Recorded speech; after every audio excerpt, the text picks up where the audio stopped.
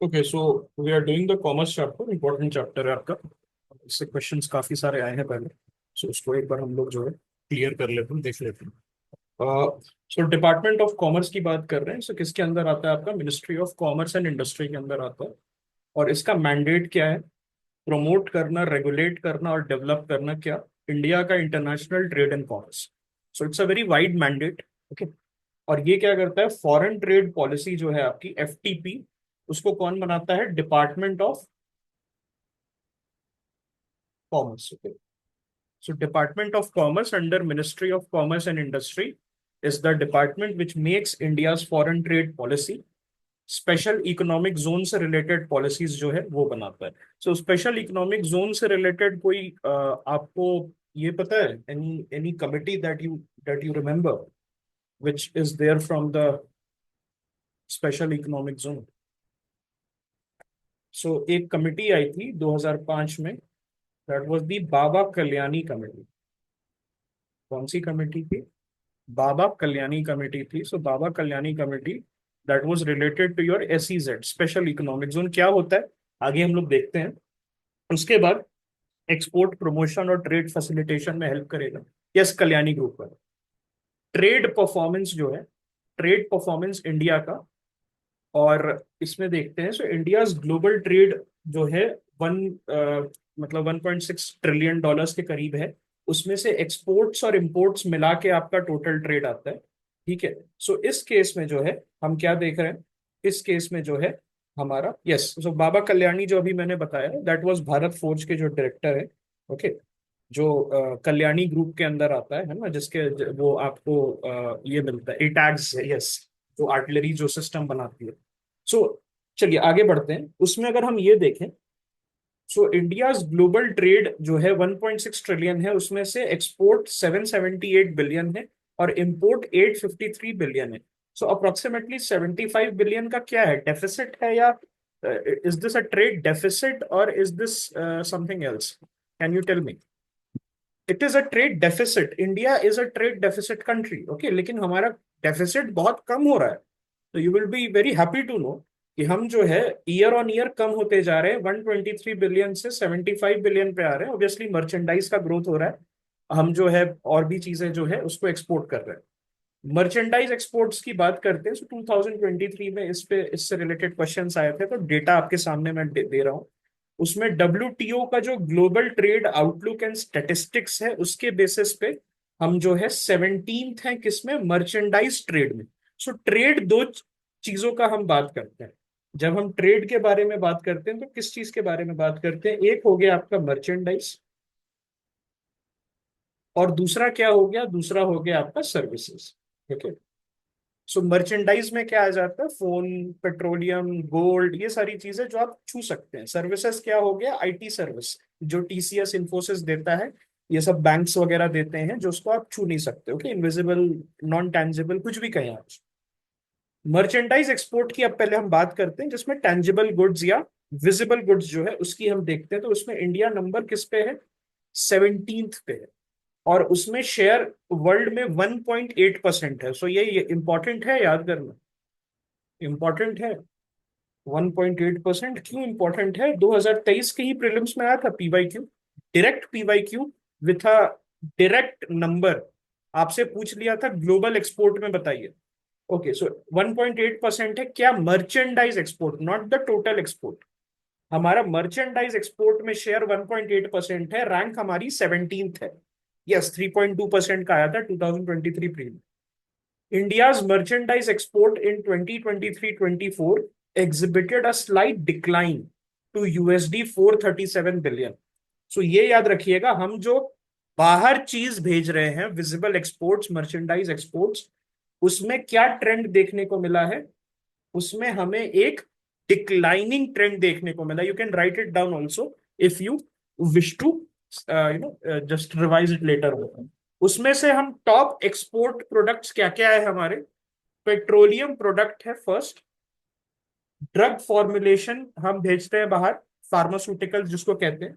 और पर्ल और semi precious stones, इसको हम बेचते हैं। सो यार, इंडिया कैसी कंट्री है? इंडिया तो हम, मैं बार बार आपको कह रहा था कि India is a resource cursed country.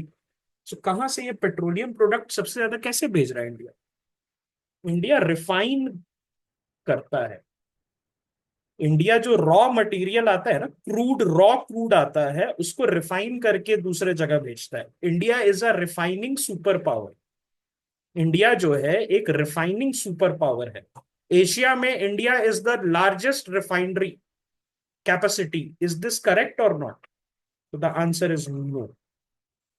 The answer is no. China is number one and the number two is India in Asia. All over world में जो है, I think we are number fourth. India year book में ही हमने discuss किया था। Perl semi precious stones जो है आपका थर्ड पे आ जाता है। उसमें हम लोग सेमी प्रेशियस स्टोन्स, डायमंड्स याद है? तो डायमंड से रिलेटेड कोई न्यूज है अभी? कोई किसी चीज का एस्टैब्लिशमेंट हुआ था? सूरत बर्जरी का हुआ था, जहां पर it's the world's largest continuous building. World's largest continuous building, वो उसके पहले अमेरिका में पेंटागन था। उसके बाद जो है ये सूरत में जो है डायमंड बर्जरी जो है उसको बना दिया गया। एंड ऐसा कहा जाता है कि one of the largest, okay, such structures जो है। हाँ ठीक है। तो टॉप एक्सपोर्ट डेस्टिनेशन कौन है हमारा? यूएसए है। सो यूएसए के साथ हमारा एक्सपोर्ट डेफिसिट है या एक्सपोर्ट सरप्लस है? So the answer is surplus. हमारा कैसा है? एक्सपोर्ट सरप्लस है। नंबर टू पे यूएई है। नंबर थ्री पे नीदरलैंड्स है। नंबर फोर पे चाइना है। नंबर फाइव पे सिंगापुर है। सो गल्फ कंट्रीज में क्या है कि वहाँ बीहड़ है, वहां पर कुछ उगता नहीं है। तो जो भी चीजें हैं ना वो इंडिया से मंगाते हैं। इंडिया से जितनी भी वेजिटेबल्स, फूड सप्लाई, ये सारी चीजें हैं, क्योंकि उनके पास कुछ उगता नहीं है डेजर्ट में। तो नंबर थ्री पे हमारा नेदरलैंड्स है। And Netherlands is one of the top agricultural producers in the world. Is it a correct statement or a wrong statement? लेकिन कैसे ये करेक्ट स्टेटमेंट है? वो तो बहुत छोटा सा कंट्री है। वो तो it's it's a small country, मतलब दिल्ली से भी छोटा है। The answer is hydroponics. Netherlands में जो है लेयर्ड फार्मिंग करते हैं inside a green house. Green house gas पढ़ा है ना? सो ग्रीन हाउस गैस कहाँ से आया? ग्रीन हाउस यूज करते थे कोल्ड कंट्रीज में। सो हाइड्रोपोनिक्स जो है, वर्टिकल फार्मिंग, हाइड्रोपोनिक्स, एक्वाकल्चर, ये सब यूज करके जो है they became one of the top. Okay, tulips, lilies, ये सब जो है उसमें हॉर्टिकल्चर में भी जो है ये नंबर टॉप फाइव, टॉप 10 में आ जाते हैं। Okay, despite having such a small size and having a small size plus having majority of the land under water. आपको ये पता है ना कि जो नेदरलैंड्स है उसका 90% लैंड जो है इट इज रिक्लेम्ड, मतलब फ्लडेड रहता है। Okay, yes. सो नीदरलैंड्स जो है आपका नंबर थ्री पे हमारा एक्सपोर्ट डेस्टिनेशन है। बहुत सारे हमारे इंडिया से टेकी जो है, आईटी सर्विस वाले, वो जाते हैं वहां पर। चाइना नंबर फोर्थ पे है और एक सिंगापुर नंबर फिफ्थ पे है। मर्चेंडाइज इंपोर्ट में इंडिया का रैंक एट्थ है। हम अंदर लेते हैं, एक्सपोर्ट मतलब बाहर भेजना, इंपोर्ट मतलब अंदर लेना। सो इंडिया का रैंक एट्थ है and it this witnessed a decline in 2023-24। Is it a good thing और a bad thing? This is a good thing. हमारा डिपेंडेंस कम हो रहा है और यहाँ India's merchandise export exhibited a slight decline. Is it a good thing और a bad thing? The answer is it is a bad thing. Okay, so ये क्यों हुआ है? बिकॉज ग्लोबल मार्केट में डिमांड कम हुई है, चीजों की जो है डिमांड कम हुई है। वॉर है एक रीजन, ये भी है। दूसरी चीज है economy is not doing well, world global economy, तो उसकी वजह से भी ये प्रॉब्लम आई है। टॉप इंपोर्ट प्रोडक्ट्स क्या है? देखिए, पेट्रोलियम बहुत बड़ा इंटरेस्टिंग चीज नहीं है कि number one import product is petroleum and number one export product is also related to petroleum. So हम सबसे ज्यादा पेट्रोल अंदर लेते हैं और सबसे ज्यादा पेट्रोल बाहर देते हैं। ओके, सो ये वैल्यू एडिशन या इंटरमीडिएट जो है वैल्यू चेन में ऐड करना, ये इंडिया का काम। उसके बाद जो है ये जो रशिया से हम ऑयल ले रहे थे, उसको हम इंडिया का ठप्पा लगा के और फिर यूरोप को बेच रहे हैं। सो इतने गधे हैं ये कि rather than buying it directly from Russia, वो इंडिया के थ्रू सोर्स कर रहे हैं, बिकॉज ऑब्वियसली सैंक्शंस लगा हुआ है। सो हम जो है we got a record profit. मोटा भाई जो है रिलायंस वाले, उन्होंने भी बहुत बहुत जम के पैसा बनाया इसमें। सो इसीलिए नंबर वन पे दोनों, इंपोर्ट प्रोडक्ट में भी petroleum, but raw crude. This is talking about raw crude. देखिए क्रूड क्या होता है ना, क्रूड से आप निकालते हैं, अगर उसको एक स्टेज तक आप उसको रिफाइन करेंगे तो यू विल गेट डीजल। उसके बाद फिर फर्दर रिफाइन करेंगे तो आपको पेट्रोल मिलेगा। उसको रिफाइन करते जाएंगे तो you will get different kind of oil. उसके साथ साथ आपको जो है वैक्स वगैरह जो है, वैसलीन, पेट्रोलियम जेली बोलते हैं ना वैसलीन को। सो ये सारी चीजें निकलती रहती है। सो यही क्रूड जो होता है ना, उसको डायरेक्ट आप अपने कार में नहीं डाल सकते। ओके, उसको रिफाइन करना होता है। तो diesel, then you have petrol, and then different material. तो वो इंडिया काम करता है। इंडिया के पास रॉ मटेरियल नहीं है। इंडिया जो है उसके पास रॉ मटेरियल नहीं है, इसीलिए हम बाहर से सबसे ज्यादा पेट्रोलियम लाते हैं। सेकंड नंबर पे क्या है, gold. So obviously there is an obsession of Indians with gold, तो नंबर 2 पे आता है, इट मेक सेंस। नंबर 3 पे पेट्रोलियम प्रोडक्ट्स है। Okay, so different petroleum products जो है उसको हम नंबर 1 है। नंबर 1 एक्सपोर्ट हमारा प्रोडक्ट पेट्रोलियम प्रोडक्ट है, और नंबर 3 इंपोर्ट प्रोडक्ट भी है। सो हम अपने नीड्स के अकॉर्डिंग बाहर से वो भी लेते हैं। ठीक है, बाहर से भी जो है हम लोग चीजें लेते हैं पेट्रोलियम से रिलेटेड। और मेजर इंपोर्ट सोर्स कौन है, कहां से सबसे ज्यादा हमारा आता है, चाइना के साथ। So China is number 1। So China के साथ हमारा डेफिसिट है या हमारा सरप्लस है? So the answer is we have a huge deficit, huge. It is not a मामूली deficit, this is not a small deficit, it is a huge deficit. Okay, so इसको याद रखिएगा। And this has been a sticking point with China. India exports finished goods to China primarily. Is it a correct statement or a wrong statement? The answer is false. India raw material बेचता है, and India gets back what? Finished goods. So ये चीज पहले भी हुई थी। Germany और USSR जो है, जब मैंने वर्ल्ड हिस्ट्री पढ़ाया था तो आपको मैंने मोलोटोव रिबेंट्रॉप पैक्ट बताया था, इफ यू गाइस रिमेम्बर। 1939 में जो है साइन हुआ था। सो उसमें क्या था कि यूएसएसआर जो है या रशिया, वो जर्मनी को रॉ मटेरियल भेजेगा, और उधर से जो है जर्मनी जो है उनको फिनिश गुड्स भेजेगा। सो इसमें किसका फायदा है, जो रॉ मटेरियल भेज रहा है या जो फिनिश गुड्स भेज रहा है वैल्यू ऐड करके? सो the answer is finish goods.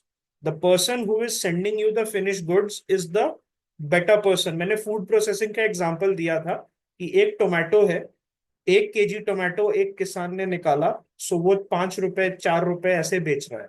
वही टोमेटो को वो 2 रुपए 3 रुपए की लागत से अगर उसको मैश करके और उसको 1 रुपए का पैकेट में डाल के और 8 रुपए जो है उसकी लागत पे वो पैकेट कर ले एज अ प्यूरी, तो वो मार्केट में उसको 25 रुपए में बेच सकता है। सो हमेशा ये याद रखिएगा दैट रॉ मटेरियल घाटे का सौदा है। Any country who is sending raw material will always be in a deficit unless and until you are sending something which is of limited supply. For example oil, diamond, ये सब होता है तो उस केस में ठीक है, उस केस में कोई प्रॉब्लम नहीं है। लेकिन जैसे फूड हो गया, दूसरी चीजें हो गई विच आर इन अबंडेंस, उसका रॉ मटेरियल सप्लायर नहीं अच्छा होता है। इसीलिए चाइना के साथ हमारा ह्यूज डेफिसिट जो है वो रहता है। नंबर 2 पे इंपोर्ट सोर्स रशिया है। सो Russia has in recent time became the second largest import partner. Is it a correct statement और रॉन्ग की वो पहले से है? The answer is yes. After the 2022 Ukraine-Russia war, Russian state companies, they started to offer oil at a deep discount. So हम जो है और रशियन ऑयल जो है उसको खरीद रहे थे, उसके वजह से जूम कर गया जो हमारा रशिया के साथ ट्रेड है ना। रिसेंट टाइम्स में after the Ukraine Russia war जो है बहुत ज्यादा बढ़ गया, पहले बहुत कम था। Now earlier it was only 5 6 7 billion ऐसे था, अब जो है 35 40 बिलियन जो है उस पे पहुंच गया है। रशिया जो है नंबर 2 पे आता है इंपोर्ट सोर्स पे। नंबर 3 पे यूएई आता है। यूएई से हम क्या लेते हैं, ऑयल लेते हैं। यूएई जो है हमें ऑयल देता है। सर्विस ट्रेड की हम बात करते हैं। सो इंडिया नंबर 7th पे आता है इन एक्सपोर्ट और 9th पे आता है इन इंपोर्ट। तो मतलब हम नंबर 7th कंट्री है जो एक्सपोर्ट भेजता है, और नंबर 9th कंट्री है जो एक्सपोर्ट्स लेता है। ओके, सो इसमें is it a good thing number 7 पे हम, is it a good thing कि सर्विसेज एक्सपोर्ट करने में नंबर 7 पे? सो ये it's not a good thing. Why, I tell you. A country which prides itself on services of being a service led economy, वो number 7 पे है। Okay, आप सोच रहे हैं हम प्राइड करते हैं ना, हम सर्विस लेड इकोनॉमी, तो उसमें तो हमारा डोमिनेंस होना चाहिए ना। जैसे चाइना बोलता है I am a manufacturing led economy, so number one पे है कि नहीं मैन्युफैक्चरिंग में? नंबर वन पे है। अगर हम कह रहे हैं कि हम सर्विसेज लेड इकोनॉमी है, तो number at least top three top two ऐसा होना चाहिए था ना। तो यहाँ पर रूम ऑफ इंप्रूवमेंट है। 4.4% ऑफ ग्लोबल सर्विसेज ट्रेड जो है वो इंडिया से जाता है, और नंबर नाइन्थ इंपोर्ट है, मतलब 3.4% of the global service India absorb कर लेता है। Services export have increased while imports have decrease, so this is a good trend. Okay, और मर्चेंडाइज में क्या था? Both export and import have decreased, so please remember this trend. Merchandise export and import have decrease due to global demand में जो slump आया है। और तो वो न्यूट्रल हो गया कि नहीं? Is that not a neutral scenario? क्योंकि आपका जो इंपोर्ट आया है और जो एक्सपोर्ट है दोनों डिक्लाइन हो गए। लेकिन सर्विस में अच्छी चीज क्या है? Export has increased and import has decreased. Okay, इसके पीछे का रीजन एक ये हो सकता है that many companies, western companies like Microsoft, Googles, they are shutting down their offices in the west and they are opening offices in India to cut down on cost. उसके वजह से इंडिया का जो है ऑफिसेज बन रहे हैं और ट्रेड जो है आपका हो रहा है सर्विसेज में। India is a trade deficient country but the gap is closing rapidly. पहले 123 बिलियन था, उसके बाद अब 75 बिलियन आ गया। Multiple schemes like make in India, production link incentive, उसके वजह से राइज इन डिमांड, उसके वजह से जो है ये गैप कम होते जा रहा है। और धीरे धीरे धीरे करके जो है हम पहली बार in our history might become in a few years time, 5-6 साल के अंदर हम एक ट्रेड सरप्लस कंट्री बन सकते हैं। डीजीएफटी की हम बात करते हैं। What is DGFT? This is directorate general of foreign trade. So इन आप अगर देखेंगे, सो आई थिंक एक फॉरेन ट्रेड से रिलेटेड सर्विस भी है यूपीएससी में, ज्यादा उसमें नहीं आता है, 2 से 3 सीट्स होते हैं, but it is related to that. और attached office of department of commerce and headed by a director general. तो जैसे नाम है directorate general, so director general top पे रहता है। और ये किसका ऑफिस है? डिपार्टमेंट ऑफ कॉमर्स का। सो एक चीज याद रखिएगा, एक चीज आप याद रखिएगा कि डिपार्टमेंट ऑफ, जितने भी हम इंस्टीट्यूशंस की अभी बात करने वाले हैं इस क्लास में, सारा डिपार्टमेंट ऑफ कॉमर्स से रिलेटेड है। ओके, सो ये पूरा क्लास आपका कॉमर्स मिनिस्ट्री के स्कीम से रिलेटेड है। और ये हेडेड बाय डायरेक्टर जनरल। इसके 4 जोनल ऑफिस हैं, दिल्ली, मुंबई, कैलकाटा और चेन्नई में। और हेडक्वार्टर्स किधर है इसका? न्यू दिल्ली में। और डीजीएफटी का काम क्या है? It is responsible for formulating and implementing foreign trade policy with main objective of promoting India's export. DGTR की बात करते हैं। सो डीजीटीआर क्या है? This is directorate general of trade remedies. When do you take trade remedies? आप trade remedies कब लेते हैं? व्हेन यू फील दैट सामने वाली जो कंट्री है या जो सामने वाला एक्सपोर्टर है, it is using unfair measures. Okay, so उसमें क्या क्या आ जाएगा? उसमें हम बात करते हैं एंटी डंपिंग ड्यूटी की, काउंटर वेलिंग ड्यूटी की, सेफगार्ड ड्यूटी की, और सेफगार्ड मेजर्स की। सो ये किस कंट्री के अगेंस्ट हम ज्यादा लेते हैं?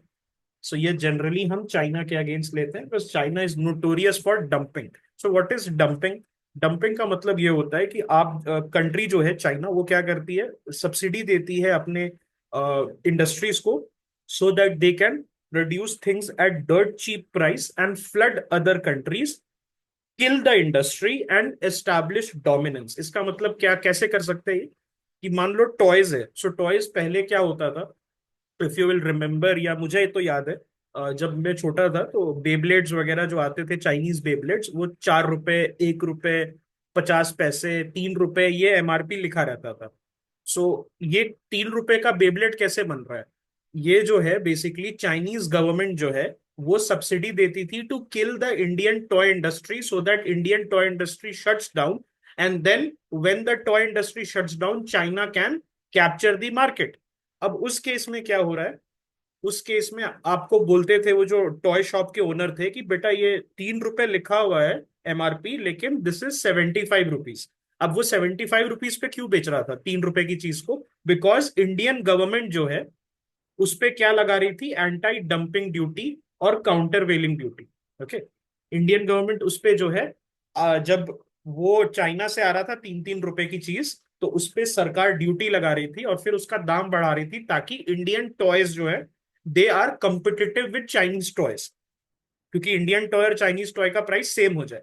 सो उस केस में जो है हमने यही देखा था कि ये किसने किया होगा, ये जो काम है डीजीटीआर ने किया होगा, that is directorate general of trade remedies. Okay, so इस चीज को आप याद रखिएगा, डीजीटीआर को। सो ये एक अटैच्ड ऑफिस है किसका, डिपार्टमेंट ऑफ कॉमर्स का। और अर्लियर इसको क्या कहते थे, अर्लियर इसको DG, directorate general of anti dumping and allied duties कहते हैं।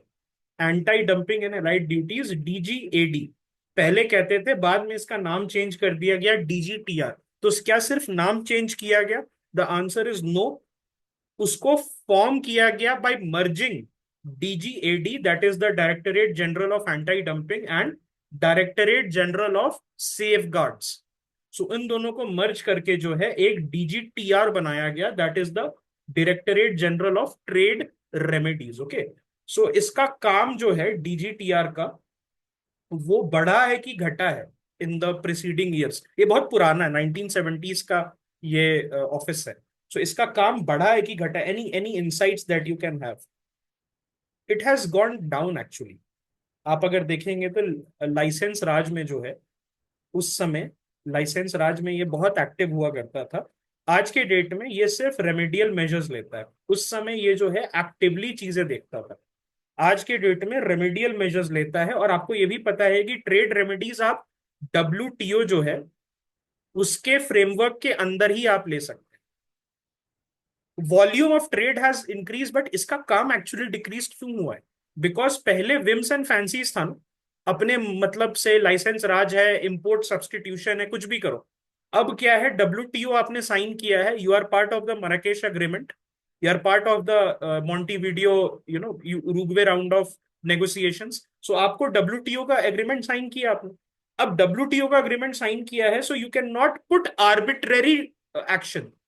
अगर आपको लग रहा है चाइना डंप कर रहा है चीज, तो there has to be proof. Without having proof you can not do it. So WTO के फ्रेमवर्क में डीजीटीआर आ गया है। अब नहीं आया है, अगर नहीं करेगा डब्ल्यूटीओ के फ्रेमवर्क में, so we will be dragged to the WTO dispute resolution system, and this is not good for the country, है ना।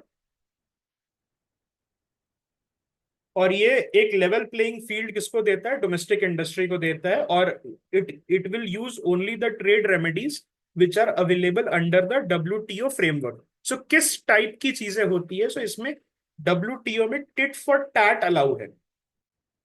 टिट फॉर टैट मतलब क्या होता है? चाइना अगर कर रहा है तो आप भी कर सकते हैं, लेकिन अगर चाइना नहीं कर रहा है तो आप नहीं कर सकते। Okay, so this is the thing. Okay, okay, so I hope you have understood. So एक क्वेश्चन है, उसको देख लेते हैं।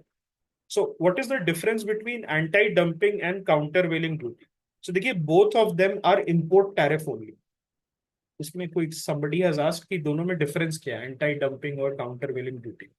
सो दोनों जो है आपका इंपोर्ट टैरिफ है। एंटी डंपिंग जो है ये गुड्स, उस गुड्स को टारगेट कर रहा है जो अपने वैल्यू प्राइस से कम पे सेल होते हैं। मतलब वो कैसे चेक करेंगे आप एंटी डंपिंग ड्यूटी के लिए? आप देखेंगे एक्सपोर्टर के मार्केट में क्या सिचुएशन। अगर चाइना में कोई टॉय 10 रुपए का मिल रहा है और वही चाइना उसी टॉय को 5 रुपए में इंडिया में बेच रहा है, so it means that it has dumped. वो क्या कर रहा है? डंप कर रहा है। ये चाइना का जो पॉलिसी है कि यू विल नॉट से नो।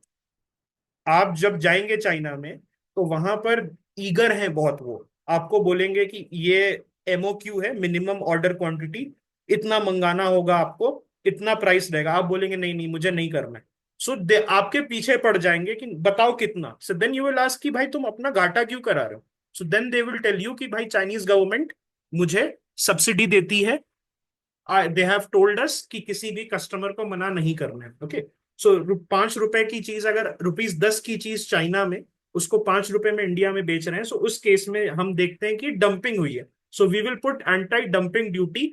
और जैसे ही इंडियन कंज्यूमर के पास आएगा, वो प्राइस जो है बढ़ जाएगा और फिर वो कंपिटिटिव हो जाएगा इंडियन प्रोडक्ट्स के साथ। So then Indian products will be able to put a fight. दूसरा क्या है? Countervailing duty. So countervailing duty उन गुड्स को एड्रेस करता है which have received government subsidies in their exporting country. So जैसे sugar cane of China, China is not known as a country of sugar cane, which country is known? Cuba, India, country like Brazil is known for sugar केन, है ना, Brazil is the largest producer. अब उसमें क्या है, Brazil is the largest producer because it's a tropical country, make sense. China में जो है southern part में चाइनीज गवर्नमेंट ने कहा अपने फार्मर्स को बनाओ और हम जो है तुमको सब्सिडी देंगे। सो उस केस में जो है काउंटर वेलिंग ड्यूटीज आप पुट कर सकते हो। सो यहाँ एंटी डंपिंग ड्यूटी कंपेयर करके कि उस कंट्री में क्या प्राइस है, एक्सपोर्टर की कंट्री में खुद क्या प्राइस है और इंडिया में वो कितना बेच रहा है, अगर उसमें एबरेशंस है, इंडिया में कम है, so it will be classified as a dumping. और काउंटर वेलिंग ड्यूटी जो है वो कब लगता है, ये देखा जाता है कि क्या पर्टिकुलर गुड्स को गवर्नमेंट सब्सिडी मिली है कि नहीं। अगर मिली है गवर्नमेंट सब्सिडी, सो उस पे काउंटर वेलिंग ड्यूटीज जो है लगाई जाती है। Is this clear? इन दोनों में क्लियर है आपका? Okay. DG of commercial intelligence and statistics, so ये डीजी सीआईएस है। Obviously this is also under department of commerce. जितना भी ऑफिसेज मैं यहाँ डिस्कस कर रहा हूँ सभी के सब डिपार्टमेंट ऑफ कॉमर्स के अंदर है। It is located in Kolkata. Organisation for collection, compilation and dissemination of India trade statistics and commercial information. So यहाँ पर क्या है, इंडिया का जो ट्रेड स्टेटिस्टिक्स है उससे related. So is this a new organization? So the answer is no, this is not a new organization, a very 150 year old organization. India के trade export import से रिलेटेड चीजें जो है, सो समझ में आ रहा है कुछ? 150 ईयर ओल्ड ये नोडल एजेंसी है और it is located in Kolkata.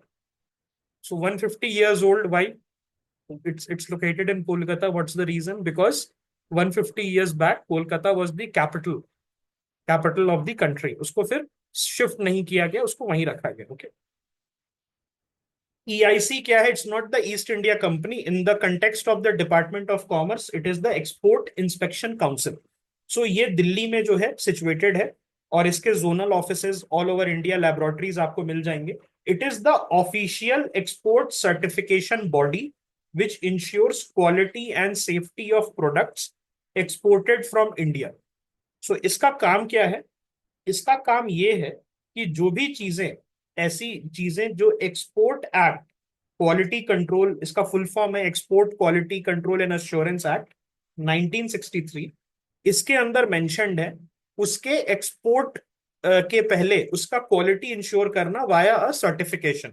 So NABL accredited laboratories जो है वो सर्टिफाई करती है that this product which is mandated to get a license or a certificate under a Export Act 1963, it is fit for export। अब इसमें क्या आ जाता है, दो चीजें होती है, एक्सपोर्ट प्रमोशन में हेल्प करता है और इंडिया की इमेज में हेल्प करता है, डिग्निटी में हेल्प करता है। क्यों? अगर हमारे कंट्री से सब स्टैंडर्ड चीजें बाहर जाने लगे, तो उससे क्या होगा, हमारे ही कंट्री का जो कॉमर्स है उस पर प्रॉब्लम आएगी। ओके। देन आपका आता है Indian institute of packaging. So under the IIP, Indian institute of packaging, ये एक ऑटोनोमस बॉडी है किसके अंदर? डिपार्टमेंट ऑफ कॉमर्स के अंदर। और इसको किसने बनाया है?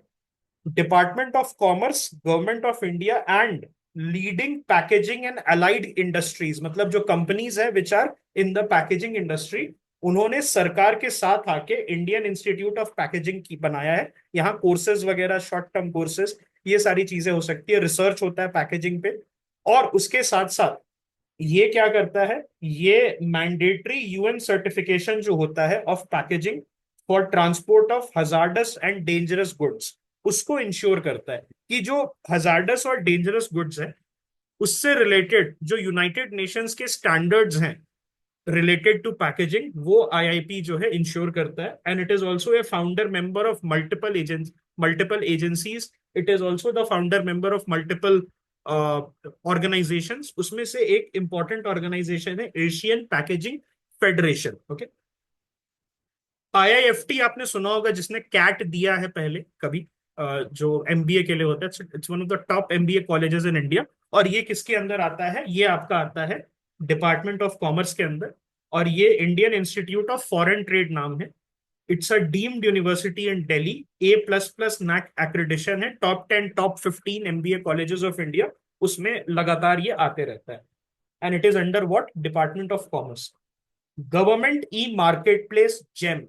सो जेम आपने सुना होगा बहुत, ये करंट अफेयर्स वगैरह में इसको कवर किया जाता है, और ये 2016 में इसको सेटअप किया गया था। तो ये है क्या जेम? जैसे कोई गवर्नमेंट डिपार्टमेंट है, कोई गवर्नमेंट PSU है, कोई गवर्नमेंट इंस्टीट्यूशन है, उसको कोई प्रोक्योरमेंट करना है, so it will be, it can use this portal, जिसको जेम कहते हैं। अब इसमें इसका what is the reason for the setting up? Reason ये है कि जो स्मॉल एंटरप्रेन्योर्स हैं, who are not able to get who are not able to get access to the government departments. क्योंकि होता क्या है, जैसे suppose you are a very big big businessman, so आपका कॉन्टैक्ट्स होता है। सो आपका कोई IAS दोस्त है, या कोई आपका ऐसा कोई दोस्त है, आप उसको फोन करेंगे कि कोई ऐसा निकल रहा है कि नहीं, आपको वो फोन कर देगा कि देखो टेंडर निकल रहा है, भर देना। ओके, सो वो आप भर दोगे उस टेंडर को, and then you will win. Small entrepreneurs जो होते हैं, उनको चांस ही नहीं मिलता है गवर्नमेंट टेंडर को एक्सेस करने के लिए। सो उसके लिए जेम को बनाया गया कि मान लो कि for example ONGC is the company, और ONGC को अपने ऑफिस के लिए 400 चेयर चाहिए। सो इन अर्ली डेज, इसके पहले, जेम के पहले, कोई बड़ा आदमी जो है जिसका कनेक्शन है ONGC में, he would come to know, किसी ये जनरल मैनेजर का बेटा हो गया, या उसका दामाद हो गया, something like this, and he will get that. अब क्या है, ONGC will go to GeM, और वहां पर बोलेगा मुझे 400 चेयर चाहिए अपने ऑफिस के लिए, and everybody can see that. And even the small, कोई ऐसा शॉप है, मान लो ये भोपाल में कोई छोटा सा शॉप है, it can also bid for this and compete कर सकता है with the big big businessman. Okay, इसमें होता क्या है कि सर्टेन रिजर्वेशंस भी मिलते हैं, मतलब SC ST एंटरप्रेन्योर्स के लिए, विमेन एंटरप्रेन्योर्स के लिए, डिसेबल्ड एंटरप्रेन्योर्स के लिए स्पेशल टेंडर्स निकलते हैं। सो आप जाएंगे अगर जेम के पास, तो वहां पर लिखा रहेगा कि we need 100, let's say, paintings, okay, 100 paintings for beautification of XYZ museum, and this will only be open to women. तो विमेन एंटरप्रेन्योर्स जो है उनको हेल्प कर रहा है, तो उससे उससे जो है उनको बेटर होगा। 50% of all government tenders, tender मतलब बड़ा टेंडर नहीं, रोड वोड बनाने का टेंडर नहीं, चेयर हो गया, कुर्सी, टेबल, AC, ये सारी चीजें, खाने पीने की चीज, अगर आप some for some event, something like this, ये सारी चीजें यहां से होती हैं। बड़ी बड़ी चीजें नहीं, जो आपकी रोजमर्रा की चीजें किसी इंस्टीट्यूशन को चलने के लिए, वो यहाँ से आप टेंडर यहाँ फ्लोट कर सकते हैं, and it is accessible to everybody. और 50% जो टेंडर है गवर्नमेंट ऑफ इंडिया का, 50% वो यहां से अब प्रोसेस हो रहा है। So it's a very big number, 4 lakh crore rupees का बिजनेस हुआ है। सो ये वेल्थ डिस्ट्रीब्यूशन है एक तरीके से। पहले क्या होता था, ये 4 लाख करोड़ रुपए जो है, it will be concentrated in the hands of the few. अब क्या है, through the GeM it has been democratized, and you can compete with the other people, और यहां से आप कर सकते हो। प्लस जो रिजर्वेशन है SC ST एंटरप्रेन्योर्स वगैरह चीज के लिए। Okay, I am saying 50% of all tenders, जो भी सरकारी टेंडर है ना, उसका 50% यहां से हो रहा है। Small, not as in value, not as in पैसा, बट स्मॉल एज इन, जैसे मुझे टैबलेट्स चाहिए, मुझे मोबाइल फोन, मैं यूपी गवर्नमेंट का एक IAS ऑफिसर हूं, एंड मुझे बोला गया है कि 10,000 टैबलेट्स बेचने हैं। So I will go to GeM, और मैं बोलूंगा कि 10,000 एंड्रॉयड टैबलेट्स, और ऑल ओवर इंडिया से जो ट्रेडर्स हैं, they can compete with each other and they can quote me a price. So did you understand this? इस टाइप की चीजें, कंज्यूमेबल्स जो होते हैं, वो सारी चीजें आप कर सकते हो। अब जैसे NHAI का टेंडर, NHAI का हाईवे है, तो हाईवे यहाँ पर लिस्ट होगा क्या गवर्नमेंट ई मार्केट प्लेस में? नहीं होगा। आपका कंज्यूम क्या होता है? जैसे चेयर्स चाहिए, आई am a government department, let us से आई एम कोल इंडिया, मुझे अपने ऑफिस के लिए 500 चेयर चाहिए नए। Okay, so I will go to it and then I will say कि थोड़ा सा कुशन होना चाहिए, ऐसा गद्दा होना चाहिए, सपोर्ट होना चाहिए। और उसके बाद जो है people from all over India they will bid, and I can also say SC ST entrepreneurs only can bid for this, और women entrepreneurs only, और disabled entrepreneurs can only bid. So उससे जो है उनका फायदा हो रहा है। और ये कैशलेस, कॉन्टैक्टलेस और पेपरलेस एक्सपीरियंस देता है for both seller and buyer, और एंड टू एंड सॉल्यूशन है for procurement of common use goods and services. So please remember this, common use goods by government buyer. अब ONGC को अगर कोई oil drilling crane चाहिए तो क्या GeM पे जाएगा? नहीं जाएगा, ग्लोबल टेंडर फ्लोट करेगा। Okay, it's a complex thing. लेकिन ONGC को पॉटेड प्लांट्स चाहिए अपने ऑफिस के लिए, हेडक्वार्टर्स के लिए। सो पॉटेड प्लांट्स हो गया, चेयर हो गया, टेबल हो गई, लैपटॉप हो गया, इस छोटी छोटी चीज जो है उसके लिए जेम पे जा सकते। And this allows small domestic entrepreneurs to participate in the government tenders, and it orders specially awarded to marginalized entrepreneurs like SC ST women. Okay, all right. Okay. APEDA जो है, what is APEDA? So APEDA जो है आपका, that is related to what?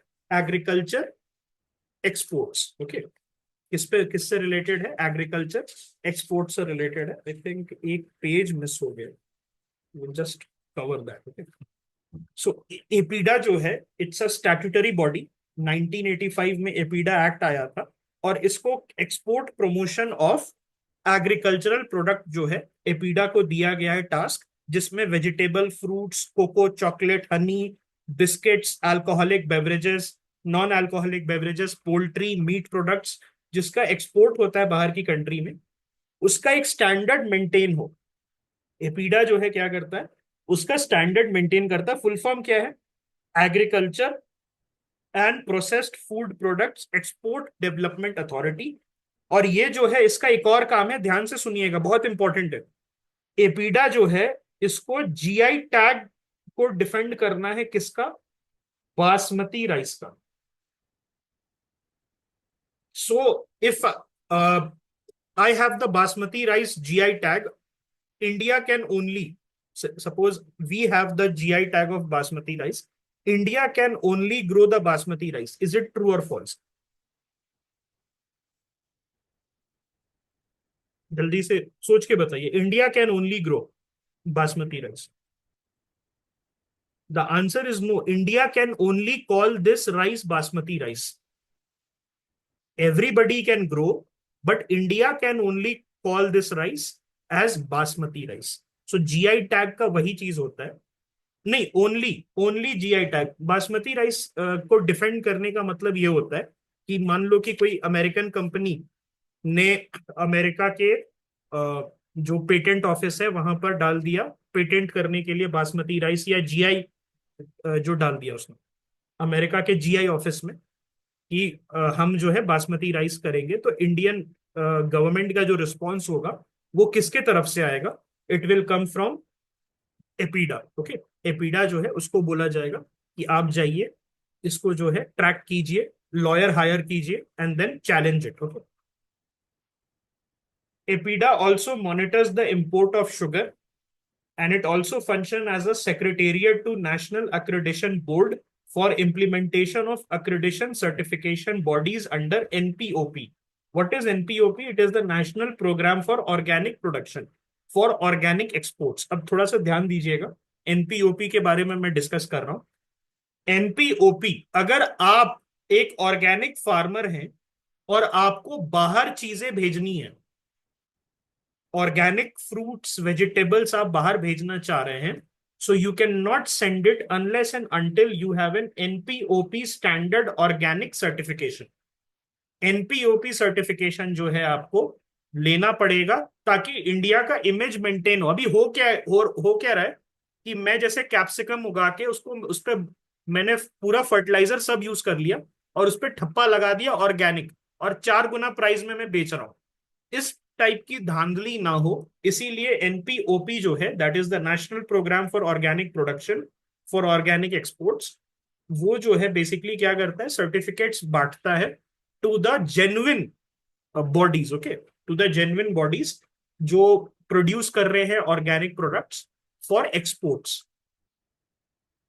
एक और चीज हम बात करते हैं कॉमोडिटी बोर्ड के बारे में। So what has happened is that जब मैं वो कर रहा था, फोटो खींच रहा था, okay, only only basmati rice in your in your India yearbook it is mentioned only basmati rice, okay.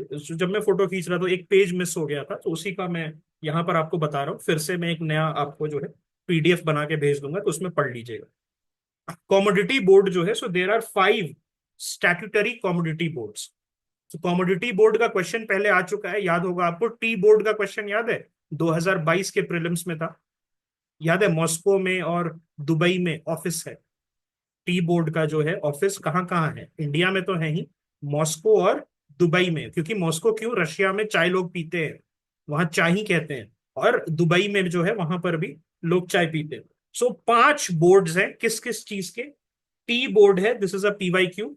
There is a coffee board, there is a rubber board, there is a spices board, and then there is a tobacco board. इसमें से क्या common है, क्या ये plantation crops हैं, are they plantation crops, okay, yes. So इसमें क्या है, स्पाइसेस में आ जाता है, turmeric, I think that will come in the spices. So ये सारा जो है आपका बोर्ड है, और ये प्लांटेशन सेक्टर को बेटर करने के लिए सेंट्रल सेक्टर स्कीम्स जो है ये सारे चलाते हैं। इसमें से टोबैको का एमएसपी आ रहा है क्या, या टोबैको का एमएसपी होता है? So the answer is both yes and no. अब देखिए क्या है टोबैको का answer. So flue cured Virginia tobacco, इसका 2008 तक,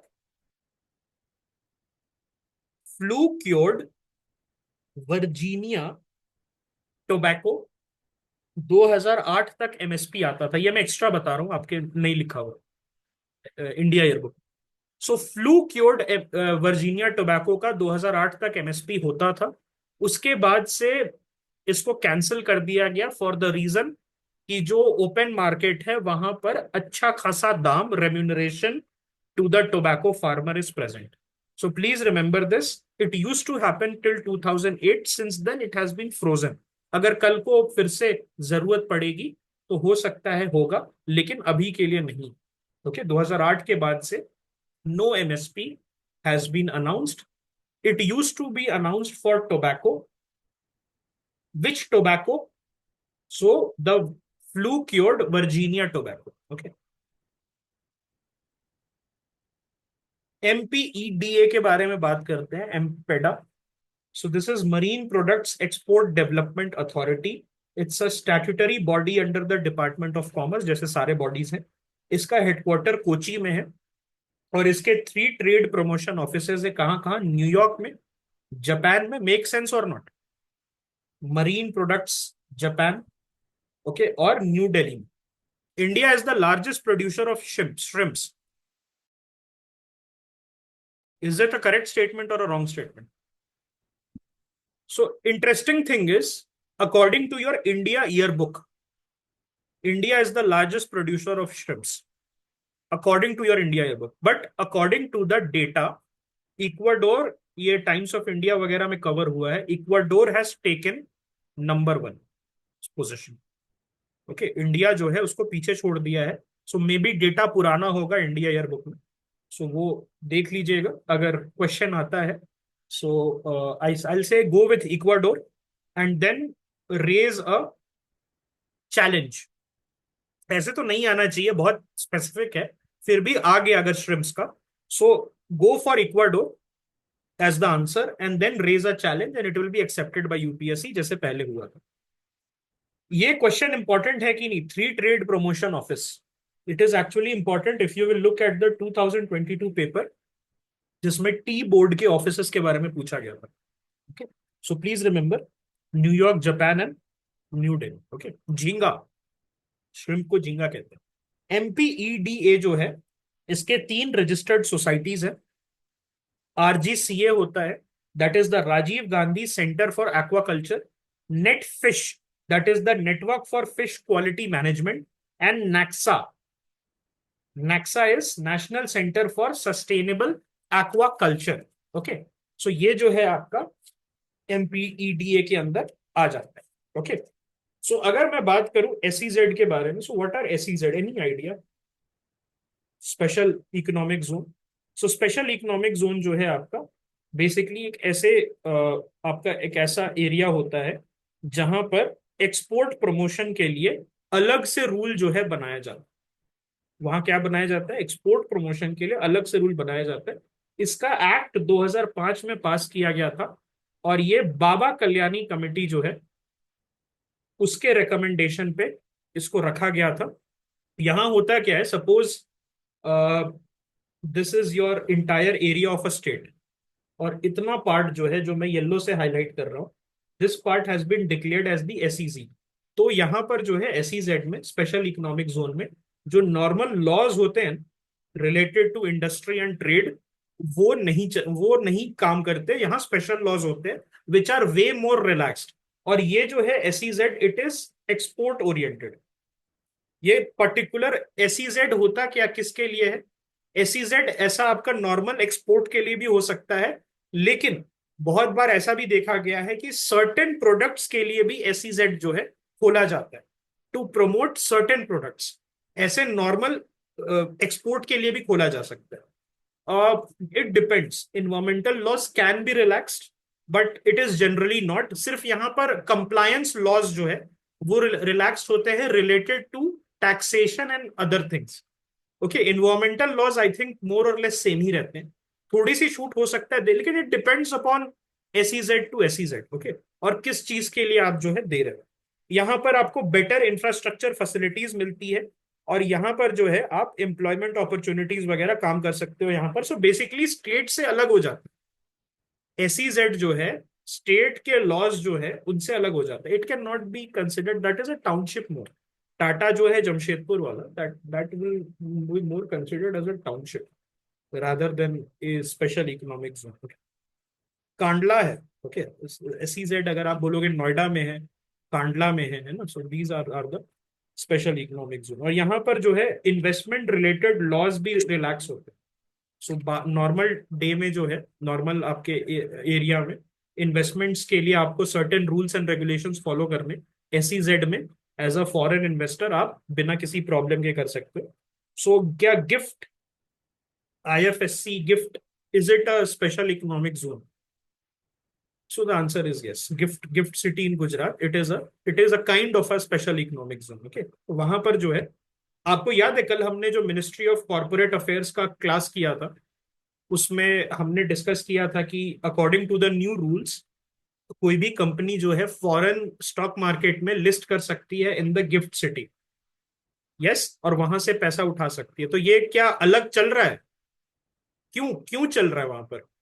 आप यहाँ बॉम्बे में, दिल्ली में नहीं कर सकते, गिफ्ट में कर सकते हो। It means the laws are different, इसीलिए स्पेशल है वो, स्पेशल इकोनॉमिक जोन है। ओके, उसके बाद एक और ऑर्गेनाइजेशन है, that is called the ITPO, that is the India trade promotion organisation. और ये बेसिकली सर्विस और ट्रेड इंडस्ट्री जो है उसको प्रमोट करने के लिए होता है। और बहुत सारा जो है ये एग्जीबिशंस वगैरह ये कराते रहता है, असिस्ट करता है स्मॉल और मीडियम एंटरप्राइजेस को। और कहाँ इसका हेडक्वार्टर्स है ITPO का? न्यू दिल्ली में इसका हेडक्वार्टर्स है, और इसका मल्टीपल जगह पे इसके ऑफिसेज हैं, Bengaluru, Chennai, Kolkata, Mumbai. Okay, so it's not something that हमें जो है अपना दिमाग खर्च करना है इस पे ज्यादा। ITPO याद रखिएगा, न्यू दिल्ली में, दैट्स इट। उसके बाद एक इंपॉर्टेंट चीज है ECGC, that is the export credit guarantee corporation of India limited. और ये 1957 में सेटअप हुआ था। इसका काम क्या है?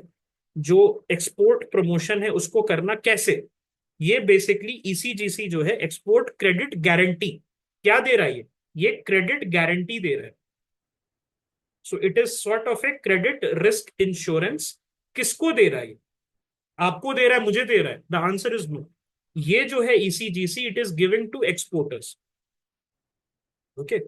अब होता क्या है एक्सपोर्टर्स के साथ, दैट उनको आपको क्या करना होता है उनको कि they have to commit a certain amount of money.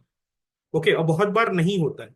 They have to, हो सकता है कि एक्सपोर्ट चला जाए, खत्म हो जाए, या डिमांड कम हो जाए, या जो सामान जा रहा है वो बीच में खराब हो जाए, something like this can happen. So ECGC जो है उसको आपको कवर करता है। ओके।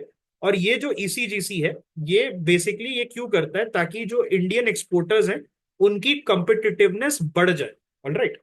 और ये ECGC also administers the NEIA. What is NEIA? That is the National Export Insurance Account. और ये क्या करता है, ऐसे आपके जो प्रोजेक्ट्स होते हैं which are targeting the exports of strategic and national importance, so ECGC उनको भी हैंडल करता है through the national export insurance account.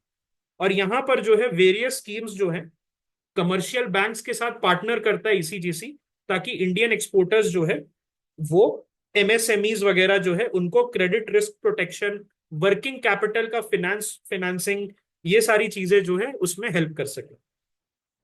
उसके बाद जो है we have EPC, that is the export promotion council. और ये जो है basically these are what organisation जिसमें नॉन प्रॉफिट एनजीओज होते हैं, ये export promotion councils under the companies act और द सोसाइटीज रजिस्ट्रेशन एक्ट। और ये जो है ईपीसी जो है बेसिकली ये क्या करता है, ये एक्सपोर्टर्स को हेल्प करता है। Okay, this basically helps the exporters in becoming competitive. All right, so all these things are there. Any questions that you guys have? Any questions that you guys have? EPC, it's a NGO जो कि export promotion council full form है, societies act 1860। Okay. और companies act 2003 किसी में भी हो सकता है। So there are total 13 export promotion councils in India आज के डेट में। और ये क्या करता है, हैंड होल्डिंग जो है हेल्प करता है एक्सपोर्टर्स को कि आप जो है किस तरीके से कंप्लायंस कर सकते हैं, किस तरीके से सर्टिफिकेशन ले सकते हैं, ये सारी चीजें जो है कर सकते हैं। सो इससे रिलेटेड है डिपार्टमेंट ऑफ कॉमर्स से रिलेटेड जो ऑर्गेनाइजेशन है। There are total 13 according to your India yearbook. There are total 13 organizations that we are having right now. Okay. और ये किसके अंदर है, EPC, export promotion council, department of commerce, ministry of commerce and industry. जैसे मैंने बताया सारी चीजें जो है इसी के अंदर। ओके। तो एक पेज मिस हो गया था मुझसे, मैंने गलती से उसको स्कैन नहीं किया उसका, लेकिन मैंने सारा आपको बता दिया। और अभी जो नया भेजूंगा आपको थोड़ी देर में, उसमें वो होगा। Any questions that you guys have? Okay, नहीं है, ठीक है। So I think that's it.